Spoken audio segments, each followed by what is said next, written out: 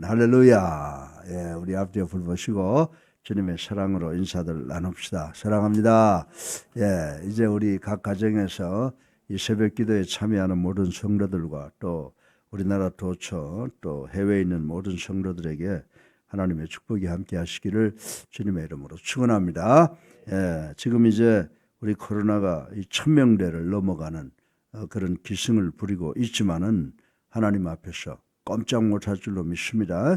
우리 기도가 하나님을 감동시켜서 이제 코로나가 이 땅을 떠나게 해달라고 간절히 기도하는 또 승리하는 우리 교회의 새벽 영상 기도회가 될 줄로 믿습니다. 오늘 말씀을 통해서 하나님을 만나는 여러분 되시고 오늘 삶이 시온의 대로가 되기를 주님의 이름으로 축원합니다.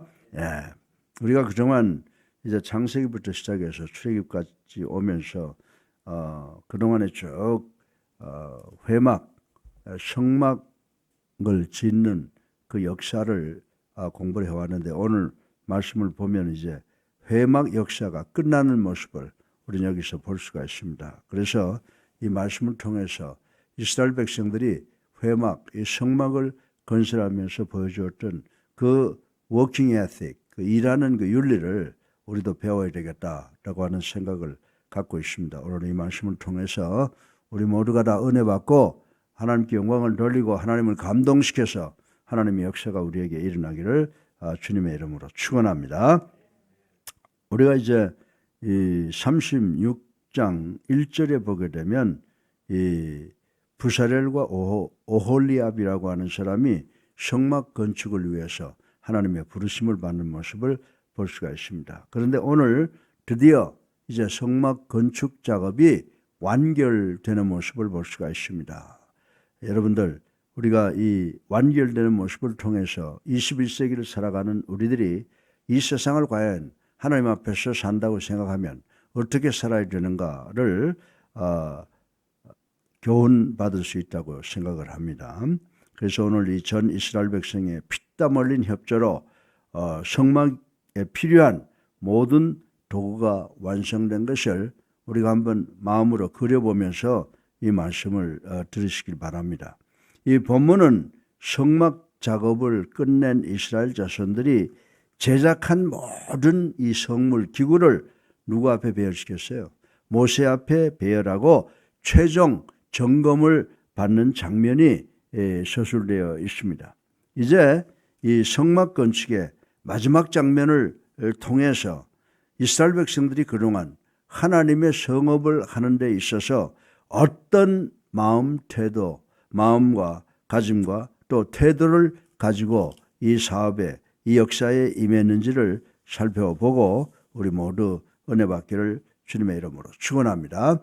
이제 세 가지를 간략하게 생각을 해볼 텐데 먼저 이 성막 역사를, 이 회막 역사를 필요한 것을 가지고 우리가 어떻게 생각해 볼 수가 있느냐라고 하는 것입니다.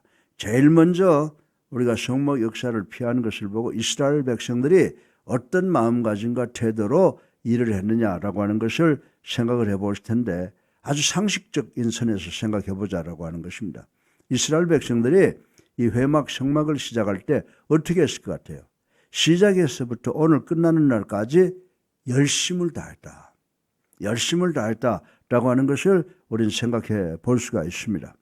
여러분들 요즘엔요 건물 짓는 거 보면 아주 기가 막히잖아요. 기계들이 그냥 막 가서 우리 손이 움직이는 것보다 더 정교하게 해서 움직여서 막 파기도 하고 뭐 묶기도 하고 뭐 쌓기도 하고 또 높이 올리기도 하고 이제 이런 것을 보면서 야 요즘엔 건축하는 것이 굉장히 아주 손쉽겠다. 그래서 이렇게 아파트가 그냥 1년 만에 그냥 수백 동이 지어지고 하는 것이 가능하겠구나라고 하는 것을 생각을 해봅니다. 그러나 이 오늘날처럼 건축 기술이 발달하지 못한 시대에 모든 작업을 손으로 해야 되잖아요. 그래서 요즘에 여러분들 식당 같은 데 가보면 손으로 한다는 것을 자랑하기 위해서 어떻게 해요? 뭐 수제 햄버거, 수제 빵, 이 수제 손으로 한다라고 하는 것을 자랑하는 시대가 되었습니다. 그러나 지금부터 약 3000년에서 3500년 전에 이 이스라엘 백성들이 이 성막을 지을 때는요 기술이라고 하는 것, 기계라고 하는 건 전혀 없이 모든 작업을 뭐로 했어요? 손으로 해야만 했으며 특히 잔선질이 많이 들어가는 복잡한 공정들을 5달 동안에 완성했다는 사실은 이스라엘 백성들이 일에 얼마나 열심히 했는지를 나타내 주고 있다고 생각을 할 수가 있습니다. 여러분들 사실 이 로마서 1장 11절에 보면요. 하나님의 일을 하는 데 있어서 열심이라고 하는 것이 제일 먼저 요구되는 필요한 요소라고 하는 말씀을 바울 선생이 하신 것을 우리 읽어볼 수가 있습니다. 21세기 오늘날 존재하는 이 교회에서 일하는 이 섬김이들, 이 헌신자들이 잘못된 신앙관으로 인해서 느슨한 태도로 맡은 바 직무에 임하고 있는 것을 우리는 볼 수가 있습니다. 그러면서 속으로는 뭐라고 생각합니까? 내가 아니면 안 될걸? 네. 여러분들 이 하나님의 사역을 위해서 봉사하고 섬기는데도 여러분들 이 교만한 그런 마음으로 봉사하는 경우가 허다하다라고 하는 것을 우리는 잘 알고 있습니다. 우리 교회는 내가 없으면 안 돼 라고 하는 생각을 가진 직분자들이 참으로 많이 있다는 것을 우리가 간과하지 않을 수가 없습니다. 그러나 이 모든 것 내가 라고 하는 이 모든 생각, 이 모두는 하나님 앞에서 절대로 합당하지 못하다라고 하는 사실을 알아야 되는 줄로 믿으시기 바랍니다. 우리 없이도 다 돼요. 나 없이도 안 돼요. 나 없이면 안 되는 것이 아니라 다 됩니다. 왜? 하나님이 하시는 일이기 때문인 줄로 믿으시기 바랍니다. 그런데 교회 안에서 나 아니면 안 돼라고 하는 생각은 하나님 앞에만 합당하지 못한 것이 아니라 더욱이 인간관계로 그르친다라고 하는 것입니다. 인간관계에 의해서 하나님의 일을 그르치는 것도 합당하지 못하다라고 하는 거예요. 우리가 일하면서 아무개 기분 나빠 안 봐. 이래가지고 만약 우리가 어떤 일을 제대로 하지 못한다라고 하면 이것은 바로 하나님의 일을 망치게 되는 것이다. 따라서 하나님의 일에 합당치 못하다라고 하는 것을 우리는 알아야 되는 줄로 믿으시기 바랍니다. 그래서 우리 목회자들이 교회에서 일어나고 있는 모든 일들을 다 이해하고 관용하고 배려해야 되고 그 다음에 장로님들이 또 그렇게 하셔야 되고 권사, 집사들이 그렇게 할 때 우리 교회가 하나님 중심이 된 교회가 되고 하나님의 뜻이 이루어지는 교회가 되게 될 줄로 믿으시기를 주님의 이름으로 축원합니다. 네, 그래서 하나님의 일을 하는 성도들에게는 요구되는 게 제일 첫 번째로 요구되는 게 오직 열심뿐이라고 하는 사실을 우리는 알아야 됩니다. 하나님의 일을 어떻게 할까요? 뭐 공부를 하면 될까요? 뭐 여러 가지 그 도구적인 생각을 해보지만 하나님의 일에 있어서 첫 번째로 요구되는 것은 열심이라고 하는 사실을 우리는 꼭 기억해야 되는 줄로 믿으시기 바랍니다. 그렇습니다. 이 성막을 제주한 이스라엘 백성들은 분쟁이 없었다고 그래요. 분쟁도 없었으며 교만한 마음으로 나 아니면 안 돼라고 하는 생각으로 일을 지연시키지도 않았다라고 하는 그런 기록이 있습니다. 오히려 이스라엘 백성들은 자신들이 맡은 봉사 직임을 하나님의 은혜로 여기고 열심을 냈다는 거예요. 교회에서 일 좀 해주세요. 제일 좀 해주세요. 장로님이 돼주세요.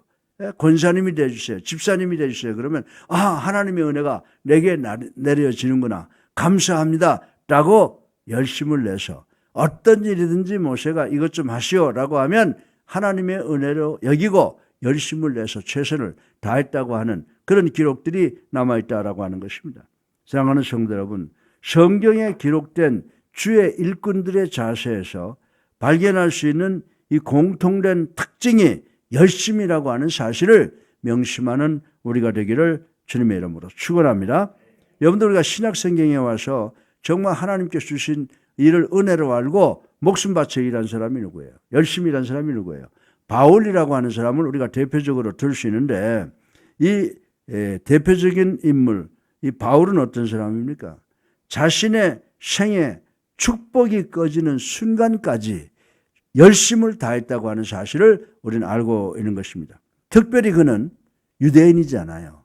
유대인 중에 유대인이에요. 그럼에도 불구하고 이방인들을 위해서 자기 민족이 아닌 사람들을 위해서 눈물 흘리며 그들을 위해서 기도하고 그들을 가르치기 위해서 최선을 다하고 옷을 찢고 이방인들이 제대로 신앙생활 안 할 때 옷을 찢고 괴로워야 할 하등의 이유가 없는 사람이지만은 하나님께 영광을 돌리기 위해서 최선을 다해서 열심을 다해서 이방인들을 섬겼다라고 하는 것을 우리는 잘 알고 있는 것입니다. 여러분들 사도행전 14장 14절에 보면 바울이 그렇게 한 것은 바로 하나님과 이웃을 위한 열심 때문이었다라고 하는 것을 우리는 알아야 되는 줄로 믿으시기 바랍니다. 하나님께 대한 피나는 열심, 그것은 궁극적으로 우리에게 큰 복과 은혜가 된다는 사실을 아시기를 주님의 이름으로 축원합니다. 그래서 우리가 정말 오늘 아침에 뉴스를 보니까 이제는 생활을 하기 위해서 도둑질하고 나오는 사람을 선고 유예를 했다고 그래요. 용서했다고 그래요. 이제 이런 것들을 보면 자꾸 이제 이런 일이 번질 텐데 우리 교회 같은 데서는 우리 성도들 가운데 누가 정말 생활이 어려운 사람이 없는가를 보고 정말 함께 초대교회 성도들이 자기가 가지고 있는 것을 자기 것으로 여기지 않고 나누었듯이 우리 목사들, 장로, 권사, 집사들이 성도들을 챙기는 그런 역사가 일어나야 되는 줄로 믿으시기 바랍니다. 우리가 하나님께 올바른 관계를 갖는다면 우리 형제들과의 올바른 관계를 가져요. 이렇게 해서 우리가 서로를 돌볼 때 코로나19와도 싸워서 승리할 수 있게 되는 줄로 믿으시기를 주님의 이름으로 축원합니다. 두 번째, 성막을 피했다라고 하는 것은 첫 번째 뭐가 필요하다고 그랬어요? 열심히 필요하다. 그런데 두 번째는 온전하게 일했다는 거예요. 여러분들 열심히 일하고 그 다음에 또 온전하게 일했다는 건 뭐냐? 이것은 디자인한 대로 하라고 하는 대로 열심히 했다는 거예요. 제가 학교에서 이렇게 아주 어려운 일을 부탁을 하려면 고심고심하고 기도하고 누구한테 부탁을 해요. 어떤 사람은 열심히 제가 지시한 대로 제가 원하는 대로 하는데 어떤 사람들은 적당히 해가지고 좀 버려야 돼. 아무 쓸모가 없어요. 근데 오늘 본문에 나타나고 있는 이 이스라엘 백성들은 열심을 다해서 일을 하고 그 다음엔 모세가 지시한 대로 모세가 디자인해 준 대로 이렇게 하라고 하는 대로 온전하게 일을 했다는 사실에 우리는 깊은 관심을 가져야 되는 줄로 믿으시기 바랍니다. 그래서 이스라엘 백성들은 32절에 보면 뭐라고 그랬어요? 여호와께서 누구에게? 모세에게 명하신 대로. 아멘. 우리 예수사랑교회가 그런 교회가 되기를 주님의 이름으로 축원합니다. 결국 이것은 이 성막에 들어가는 모든 부속품들이 누구의 명령대로 된 거라고 그래요? 하나님께서 모세에게 명령하셨잖아요. 그러니까 모세가 말한 대로 된 것이 아니라 모세의 말에 순종했다라고 하는 것은 하나님이 명하신 대로 하나님이 디자인하신 대로 되었음을 보여주는 것이라는 사실을 우리는 알아야 되는 줄로 믿으시기 바랍니다. 바꿔서 말하면 이것은 그들이 성막 기구를 모세의 뜻이 아니라 하나님의 뜻에 따라 온전하게 만들었다라고 하는 의미가 있다는 사실을 우리는 반드시 기억을 해야 된다라고 하는 것입니다. 이러한 사실은 우리에게 주는 의미가 대단히 큽니다. 우리 역시 하나님의 일을 할 때는 항상 열심히 일해야 되지만은 온전하게 해야 돼요. 온전하게 한다는 게 뭐예요? 하나님의 말씀대로 해야 되는 줄로 믿으시기 바랍니다. 예수님을 나의 구주로 살아계신 하나님의 아들로 믿고 영접하고 세례받은 우리 성도는 하나님의 말씀대로 우리가 신앙생활하고 살아가야 된다라고 하는 것을 가르쳐 주고 있다라고 하는 것입니다. 그렇지 않으면 아무리 하나님을 위한다고 주장을 하더라도 그것은 더 이상 하나님의 일을 위한 일이 되지 않는다는 거예요. 설교하다가 설교 잘한다고 그러고 유명해지면 그 다음부터 성경은 제껴놓고 그저 단위에 올라와서 그저 농담이나 하고 사람들 귀나 간지럽게 해주고 그러다가 내려가는 지도자들이 얼마나 많아요. 설교를 가만히 요즘에 남들은 과연 이 코로나19 이 어려운 시대에 어떻게 하느냐라고 하는 걸 보면은 참 부끄러울 때가 너무 많아요. 그런데 사람들은 그 설교를 듣고 손뼉을 치고 좋아하잖아요. 사랑하는 성도 여러분, 한 30분 사람 웃기라고 그러면요. 저같이 연구하는 사람들은 쉬워요. 책자 갖다 놓고 다 보고. 그러나 정말 여러분들 앞에 말씀드릴 때 이 하나님의 말씀이 여러분을 구할 텐데 여러분에게 주는 2000년, 3000년 전에 쓰여진 이 말씀이 여러분에게 어떻게 적용할 수 있느냐를 고심하고 말씀드리고, 우리가 말씀대로 열심히 온전하게 살아갈 때 하나님과 함께 동행하는 삶을 살게 되는 줄로 믿으시기를 주님의 이름으로 축원합니다. 그렇지 않으면 아무리 우리가 하나님을 위한다고 주장하더라도 그것은 더 이상 하나님을 위한 일이 되지 않고 그것이 바로 이단으로 나가는 첫 번째 문이 된다라고 하는 사실을 우리 알아야 돼요. 여러분들 뭐 종교 평화 그러고 일하다가 예수를 육바라밀을 행한 보살과 같다고 다니면서 그 사람이 지금 우리 학교를 어렵게 만들기 위해서 얼마나 뉴스 미디어를 통해서 괴롭히고 법정을 통해서 괴롭히고 있는지 아마 여러분 상상을 못할 것이에요. 그런 사람들은 교회 일을 열심히 하면서도 오히려 지탄을 받고 문제를 일으킨다는 사실을 우리는 너무나도 잘 알고 있는 것입니다. 그 까닭은 간단합니다. 하나님의 말씀과 전혀 관계없이 인위적인 수단과 생각으로 주의 일을 하고자 하기 때문인데, 그거는 아무리 내 생각이 옳다고 하더라도 말씀이 아니라고 하면 우리는 할 수 없는 것인 줄로 믿으시기를 주님의 이름으로 축원합니다.